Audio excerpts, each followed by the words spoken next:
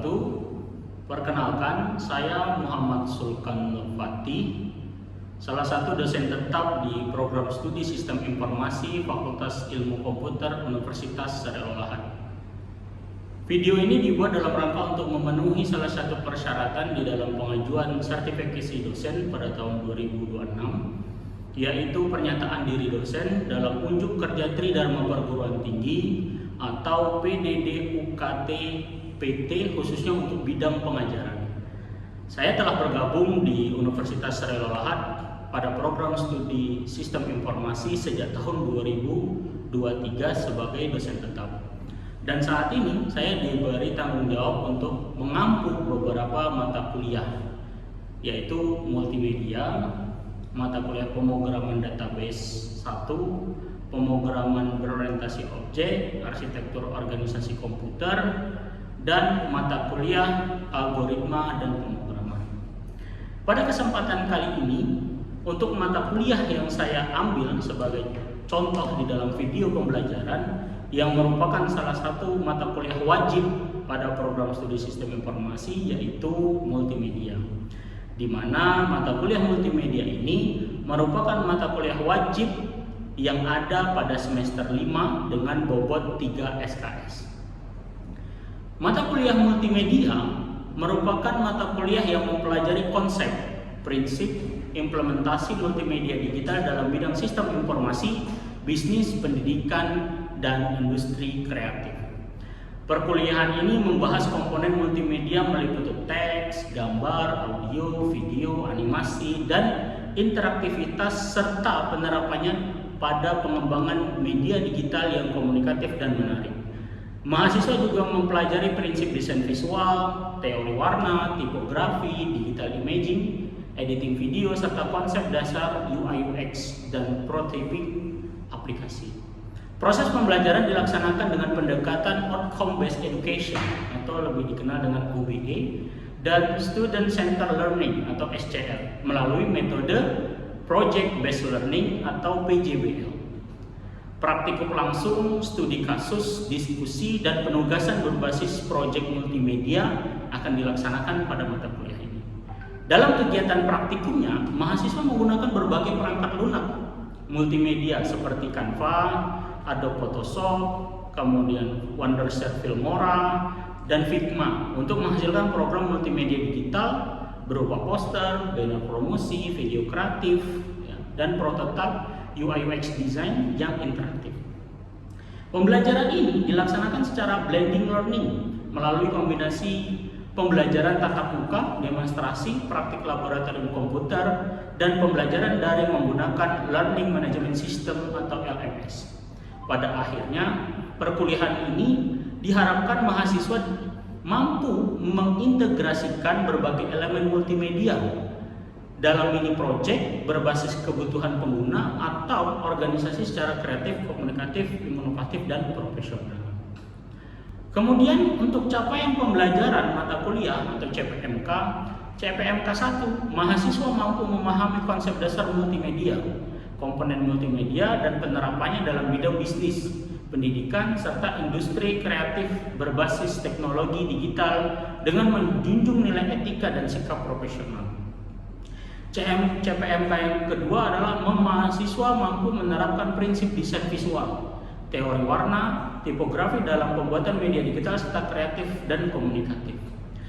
CPMK yang ketiga, mahasiswa mampu menggunakan perangkat lunak multimedia seperti Canva, Adobe Photoshop, Wondershare Filmora, dan Figma untuk menghasilkan karya multimedia digital.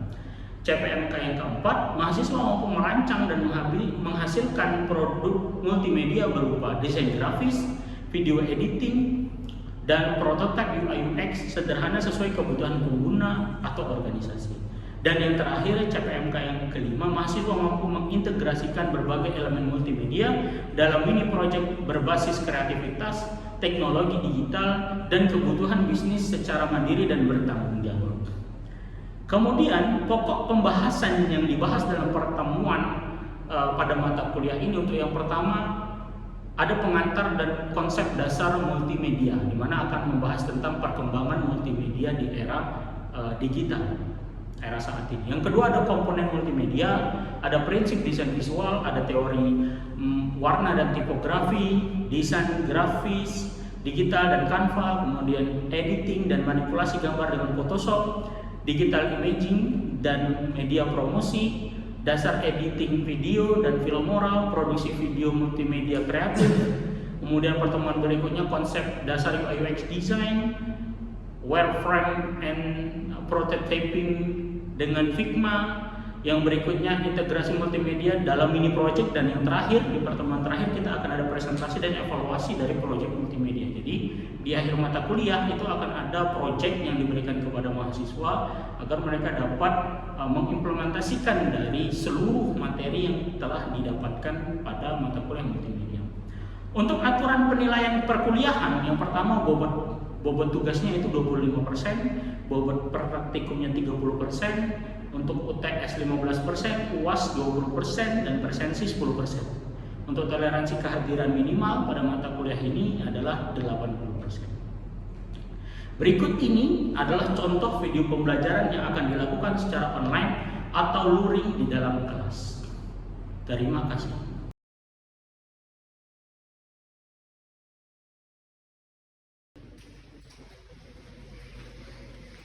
Pagi. Pagi, Pak.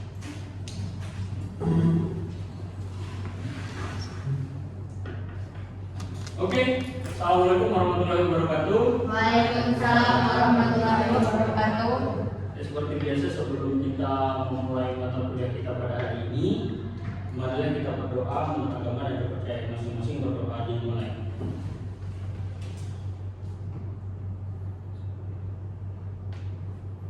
Oke, selesai.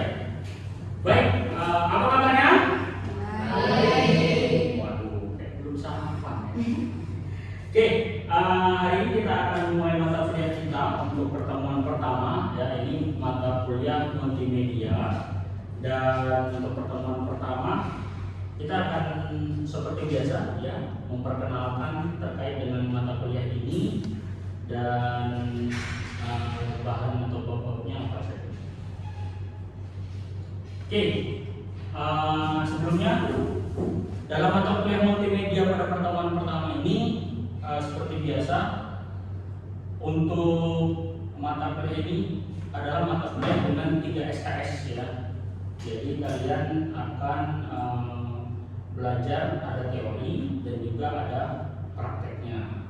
Kalau berdasarkan RPS untuk CPMK-nya kalian akan diharapkan mampu untuk memahami konsep dasar multimedia, komponen multimedia, kemudian penerapan dalam bidang bisnis, pendidikan, serta industri kreatif berbasis teknologi digital dengan menunjukkan nilai etika dan sikap profesional. Nah, itu salah satu CPMK. CPMK yang kedua, mahasiswa itu mampu menerapkan prinsip desain visual teori, warna, tipografi dalam bentuk media digital secara kreatif dan komunikatif. Yang ketiga, mahasiswa mampu menggunakan perangkat lunak multimedia ya seperti Canva. Nah, ini yang akan kita praktekkan ya. Ada Canva, ada Photoshop, ada Wondershare Filmora, ya, ada Figma, dan untuk menghasilkan karya multimedia digital. Yang keempat, mahasiswa mampu merancang dan menghasilkan produk multimedia berupa desain grafis, ya, video, editing, prototype UI UX design, ya, kemudian yang sederhana ya, sesuai kebutuhan penggunaan atau organisasi. Dan terakhir, mahasiswa mampu mengintegrasikan berbagai elemen multimedia dalam mini project ya, kreatif teknologi digital dan kebutuhan bisnis secara mandiri dan bertanggung jawab. Jadi nanti di akhir kita akan ada project multimedia yang bisa jadi menggabungkan dari 3, 4, 5 sampai beberapa software yang telah kita pelajari. Itu ya, kita ada 13 bab ya, semuanya akan kita pelajari.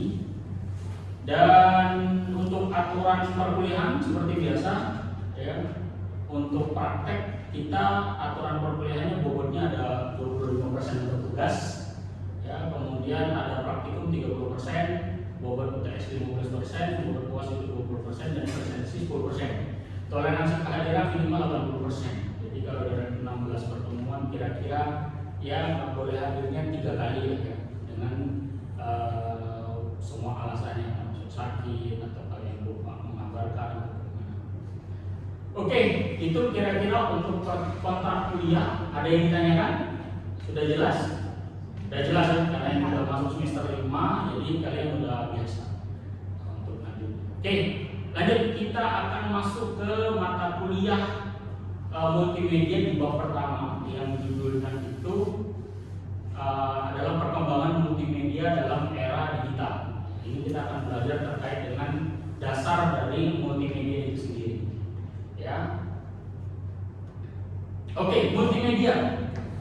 Nah, jadi multimedia itu kalau secara bahasa ya arti dari kata multi. Apa itu multi? Multi itu berarti banyak, dan media yang berarti sarana ya. Penyampaian informasi. Multimedia dapat diartikan sebagai gabungan beberapa elemen ya. Media seperti teks, ya, gambar, audio, video, animasi, ya. Interaktivitas yang digunakan untuk menyampaikan informasi kepada pengguna. Nah, dalam era digital, multimedia menjadi bagian penting dalam berbagai bidang karena mampu menyampaikan informasi secara lebih menarik, interaktif, dan mudah dipahami. Jadi inti dari multimedia itu adalah menyampaikan informasi, namun dalam bentuk yang lebih interaktif, lebih menarik kalau bahasanya. Itulah arti dari multimedia. Nah, dalam komponen multimedia itu ada banyak. Tadi dibilang ada teks. Jadi teks itu adalah elemen tulisan ya, yang digunakan untuk menyampaikan informasi berupa huruf, angka, simbol, atau paragraf. Jadi di dunia ini tulisan kita boleh berbeda-beda. Pernah lihat tulisan Thailand? Ada ya, tulisan Arab, ya, tulisan Rusia, tulisan Eropa, Cina, Jepang, Korea, itu beda-beda semua. Fungsinya untuk apa? Fungsinya itu tadi ya, untuk menyampaikan sebuah informasi. Namun dalam hal bahasa itu dalam bentuk huruf, angka, simbol, dan paragraf lain sebagainya. Itu dalam bentuk teks. Jadi teks itu adalah salah satu komponen multimedia. Yang kedua ada gambar. Nah, kalau gambar itu dalam bentuk visual seperti foto, ilustrasi, ya, grafik, icon, desain yang fungsinya untuk memperjelas sesuatu. Kadang kita itu ada orang yang kalau katanya jelas ketika dia melihat gambar ketimbang dia cuma diomongin. Misalnya, Pak, gimana caranya bersepeda? Bayangin aja. Cara bersepeda adalah naik ke atas sepedanya, kayu di bawahnya, di bawah gimana Pak? Kan bingung. Yang paling jelas itu ketika ada praktek, bisa jadi dalam bentuk praktek gambar dan hal-hal yang lainnya. Yang berikutnya ada audio. Audio itu salah satu elemen dari multimedia, ya, seperti musik, ya, narasi, efek suara, atau rekaman yang menambah dimensi pendengaran. Itu masuk kategori dari komponen berikutnya. Yang berikutnya ada video. Nah, video ini dia gabungan gambar bergerak dan suara yang digunakan untuk menyampaikan pesan secara dinamis. Ya, ibaratnya kalau cuma teks, ada teks aja di sini, itu sama saja dengan medianya saja. Ada media teks, ada gambar, itu media gambar. Ada suaranya saja tanpa gambar, tanpa teks, itu namanya media audio. Tapi kalau dia udah masuk ke video, mau tidak mau video itu adalah gabungan dari keempatnya atau ketiganya, bahkan lebih banyak. Ya, dimulai dari teks, dari gambar, dan audio. Nah, kalau kalian perlu tahu, video itu adalah kumpulan dari gambar. Jadi jangan kalian pikir video itu adalah sesuatu yang langsung gitu. Enggak. Video itu adalah kumpulan dari ribuan bahkan jutaan gambar. Ya, seperti yang saya ingin lihatkan kepada kalian. Contoh ya, bagaimana membuktikan kalau video itu adalah kumpulan dari gambar. Contoh dari penggunaan gambar ya 2D yang dibuat menjadi cepat sehingga dia menghasilkan sebuah video yang bisa kita bilang satu lembar kertas ini namanya frame kalau dalam editing video. Nanti kita akan coba buat editing video di Filmora ya. Tapi sebelum itu kita saksikan. Day pertama dia gambar ya. Gambar 1, gambar 2 terus. Nah, di 1 dia sudah jadi tapi belum, masih kaku kalau kita bisa bilang. Kemudian di kedua dia gambar lagi, akhirnya sudah lumayan jadi ya. Kita lihat, ya udah kelihatan sedikit bentuk videonya, tapi masih belum banyak ya, belum dalam satu action. Coba kita diakhirkan, kita coba di akhir sampai dia membuat kalau katanya mengambil kita buatlah. Akhirnya jadilah satu video dalam bentuk beribu frame namanya. Ya, akhirnya jadi satu seperti video. Padahal ini adalah keseluruhan gambar 2 dimensi, ya, yang disusun rapi, kemudian dibuka atau ditampilkan secara bersamaan, ya, step by step, bukan bersamaan tapi step by step. Dari detik 1 ke detik 2 ke detik 3, dari frame 1 frame 2 ke frame berikutnya sampai selesai. Ada berapa? Ada 1093 gambar. Kalau di pembuatan video namanya 1093 frame yang diciptakan dalam pembuatan video. Ya, stepnya dibuat dari 32 drawing, ya, mukanya dibuat menjadi cepat cara menggunakan. Sehingga dia jadi apa? Jadi satu video utuh. Nah, itulah kenapa dibilang bahwa video itu adalah gabungan dari gambar bergerak dan suara yang digunakan untuk menyampaikan pesan secara dinamis. Oke, lanjut. Animasi itu adalah gambar objek, ya, karakter yang digunakan secara berurut untuk memberikan efek visual yang menarik. Nah, itu kalau animasi. Dan terakhir adalah kemampuan pengguna untuk berinteraksi dengan media melalui tombol menu atau bahasanya interaktivitas, yaitu artinya kita.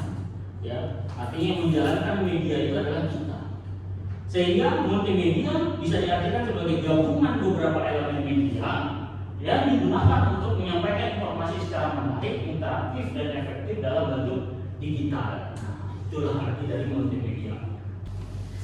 Lanjut, jadi perkembangan multimedia, ya, ini adalah era tradisional, ya, ada era tradisional, sebenarnya era tradisional itu sifatnya apa?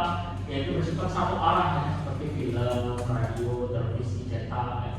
Konten interaktif dan produksinya tentunya terbatas, ya. Kalau bahasa dulu adanya koran, ya. Pernah baca koran? Coba angkat tangan yang pernah baca koran. 1, 2, 3, alhamdulillah pernah baca koran, ya. Jadi koran ini biasanya hal yang sangat ditunggu. Kenapa gitu? Karena berita hari ini timbulnya besok. Karena apa yang diberitakan hari ini ditulis malam nanti, istilahnya dicetak pagi nanti, bahkan malam itu juga dicetak baru didistribusikan ke rakyat umum pada dasarnya. Itu media cetak. Ada radio, ya, radio itu satu arah, ya. Ada yang pernah dengar radio? Nah, ya, coba angkat tangan yang pernah dengar radio. Ada 1, 2 orang, ya. Cuma 2 orang aja, ya. Sehingga kan berarti saya udah tua, gitu. Lanjut, televisi ada semua, ya? Ada, Pak. Ada semua, oke. Nah, itu era tradisional, ya. Yang mayoritas ada yang sudah, kalau di zaman kalian mungkin radio nggak lagi pernah kalian dengar, ada yang pernah, tapi cuma pernah, artinya jarang juga kalian dengar. Padahal radio sampai saat ini tetap ada, seperti radio RRI kayak gitu, ya. Atau kalau di nggak tahu kalau di lahan, ya, kalau di Morenin itu ada radio Serasan Sundang. Oke, lanjut, ada di mobile dan cloud. Nah, itu udah masuk era yang mungkin pada saat itu kalian belum termasuk yang merasakannya pada masa sekolah, SMP, SMA, ya, di mana ada smartphone, ada aplikasi mobile, udah ada teknologi 4G, masuk ke 5G, ya. Kemudian multimedianya lebih praktis, dan pada saat ini semua kita sudah mulai merasakan dampak atau enaknya adanya sebuah multimedia. Tahun 2010 sampai sekarang di tahun 2026 udah ada namanya era AI, yang dimana multimedia cerdas itu dibuat dengan menggunakan AI. Kalian mau pakai apapun, ya, mau pakai CapCut pun sudah ada AI-nya, Canva pun sudah ada AI-nya, Adobe Photoshop pun sudah ada AI-nya. Semuanya diperuntukkan menggunakan AI. Kenapa? Karena ini era AI, sehingga artificial intelligence, virtual reality, augmented reality ini semuanya sudah masuk kategori hal yang sangat-sangat lumrah kita pakai, ya, sangat-sangat lumrah untuk kita gunakan. Oke, itu perkembangan multimedia, ya. Nah, berikutnya di multimedia era digital ini, pertama, informasi itu tersedia secara global dan real time, ya, artinya langsung. Kalau terjadi sesuatu hari ini, kalian bisa langsung update status, ya, kalian langsung bisa informasikan, atau bahasa orang live, ya, dia langsung live atau real time. Jadi dengan adanya internet, sumber informasi seperti buku, berita online, learning, database, riset, dan jurnal itu semuanya tersedia di internet. Akses internet itu tanpa batas, konektivitas global, dan tersedia dalam 24/7. Jadi 24 jam 7 hari non-stop. Ya, itu internet. Berikutnya dari internet timbullah media sosial. Nah, ini informasi yang dibagikan berinteraksi menjadi viral, kemudian berbagi tontonan cepat, interaksi berarah, membangun komunitas ini dari media sosial. Apapun itu, mau Facebook, TikTok, Instagram, dan lain-lain. Multimedia digital. Nah, informasi dikemas dalam bentuk lebih dinamis ya, dimulai dari teks, gambar, audio, video, animasi, ya konten-konten yang menarik. Kalau sekarang zaman AI, konten-konten menarik itu seperti buat konten yang menggunakan AI, ya orang yang sudah AI, kartunya sudah AI, ya menggunakan buat hewan segala macam itu AI. Ya. Kalau kalian buka YouTube misalnya tulis aja, misalnya kucing menari, maka muncul semuanya kucing menari dengan menggunakan AI. Itu sudah di multimedia digitalnya. Dari itu muncullah pekerjaan baru yang namanya konten kreator, yaitu membuat konten kreatif yang bernilai audiens ya dan membangun personal branding mereka. Dan yang terakhir ada namanya bisnis digital. Dari konten kreator dari atas itu muncullah yang namanya bisnis yang disebut dengan bisnis digital. Konten itu bisa menjadi nilai ekonomi, artinya konten yang kita buat itu bisa menjadikan uang atau dengan bahasa keren zaman sekarang namanya monetisasi konten ya. Pemasaran digital efektif, peningkatan pendapatan pasti dengan adanya digital. Dan semuanya bisa dibilang menjadi kreatif, produktif, dan inovatif ketika dia mampu memanfaatkan multimedia digital. Ada pertanyaan untuk sampai sini? Oke, silakan. Media sosial apa yang baik digunakan untuk konten kreator? Oke, media sosial apa yang digunakan untuk konten kreator? Kalau media sosial yang baik digunakan untuk konten kreator itu ya tergantung orangnya ya. Jadi ada orang yang dia aktif selama ini misalnya di Instagram. Nah, dia sudah aktif di Instagram, tiba-tiba dia mau ke TikTok misalnya. Bisa nggak? Bisa, tapi biasanya lebih dikenal dianya di Instagram, sehingga media konten kreator yang bagus untuk dia itu Instagram. Sekarang ada zamannya TikTok nih. Ada orang yang ternyata bangun dari awal buat konten semuanya pakai TikTok. Akhirnya mau tidak mau kita bisa bilang bahwa TikTok lebih baik daripada Instagram. Kenapa? Karena ternyata dia memang dari awal membangun konten, bangun brand semuanya pakai TikTok. Itulah kenapa ada istilah yang baru dalam pekerjaan namanya selebgram, yaitu selebritas atau selebriti Instagram. Ada namanya seleb TikTok, ya, atau apa bahasa TikToknya? Artis TikTok, apa? TikTokers, ya. TikTokers itu orang yang aktif dalam membuat TikTok. Dia live tiap hari, ya, live tiap hari, apa kegiatan segala macam itu ada di TikTok. Ada di. Nah, bayangkan saya bapak ini pada masa 1000 subscriber saya subscribe pada saat itu. Kena scrolling aja waktu dulu. Iseng akhirnya saya subscribe dan bayangin dia ini besarnya di mana? Di YouTube. Instagram ada nggak? Ada. Facebook ada nggak? Ada. TikTok ada nggak? Ada. Tapi subscribernya dikit. Dia hanya sekedar ya jangan sampai tidak ada tempat promosi lain. Ya, jadi dia lebih ke YouTube. Artinya yang menjawab bahwa terkait dengan hal itu tergantung orangnya. Ya, dia sudah membangun brand di mana. Kalau brand yang sudah bagus di situ, dia otomatis brand tersebut bisa dibilang bagus. Jadi semua media sosial itu bagus. Tapi kalau jawaban untuk sekarang, media sosial apa yang bagus untuk buat konten dan sangat bahasa kita FYP mainannya itu ada di TikTok. Nah, oke, berikutnya software multimedia. Nah, alternatif untuk produksi konten ada Canva, ya ini untuk buat poster, untuk buat postingan di konten media. Canva ini salah satu yang akan kita praktekkan di pertemuan berikutnya. Ya, berhubung ini baru perkenalan, kita kenalin dulu. Ada Canva, ada Photoshop. Ini adalah salah satu editing foto desain yang dalam bentuk profesional. Ya, kalau Canva itu cepat saja, dia bisa website, dia ada mobile juga. Ya, dia bisa digunakan dalam semua device Canva. Kalau Adobe ini digunakan mayoritas kebanyakan di komputer atau laptop. Kalau di handphone dia kurang. Ya, kemudian ada Filmora ini adalah untuk editing video. Ada banyak untuk editing video, ada CapCut. Ya, kalau kalian main TikTok, CapCut itu bagus. Tapi kalau untuk mainan yang agak sedikit profesional tapi tidak berat, itu mainnya di Filmora. Ada Figma ini untuk pelajaran desain UI design, yaitu berhubungan dengan prototype, membuat sebuah prototype aplikasi kah, membuat prototype website kah, ini menggunakan UI design. Ini apa? Software apa yang bagus untuk membuat konten, Pak? Untuk membuat konten, kalau untuk membuat konten tergantung kontennya. Kalau konten kalian dalam bentuk video, ya itu bisa kalian gunakan CapCut ya, khususnya untuk diupload di TikTok. Atau di Instagram kalian bisa menggunakan Canva. Canva itu semuanya sudah ada.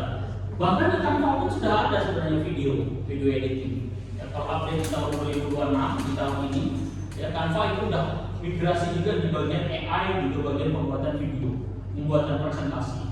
Jadi Canva ini kayak multifungsi. Semua yang ada di sini itu sudah ada di Canva untuk tahun ini. Namun sebelumnya itu belum sampai sebanyak itu, tapi tahun ini sudah ada. Ya, kalau untuk membuat konten tergantung kontennya apa, semuanya bisa kita gunakan. Bahkan aplikasi-aplikasi yang baru muncul pun itu bisa saja kita pakai. Yang sekarang masalahnya itu adalah ide dari kita buat konten itu bagusnya gimana, bentuknya gimana, itu yang akan mempengaruhi. Itu ya.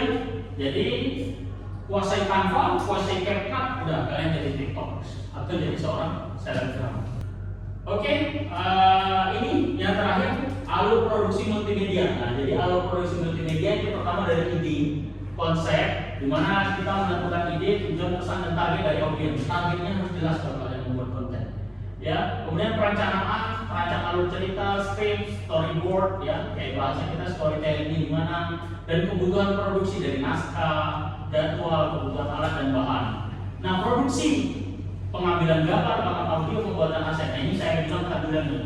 Tolong gunakan iPhone atau iPhone itu baju jadi bagus tuh.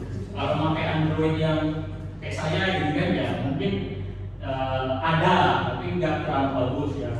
Kenapa itu? Karena setelah dari produksi yang bagus, perekaman foto yang bagus, pengambilan audio yang bagus, pembuatan aset grafis yang bagus, maka yang editnya enak. Ya. Karena editing video itu simpel, tinggal edit, dia editnya tambah-tambahan aja, nggak membuat diri kalian jadi cantik atau ganteng jadinya.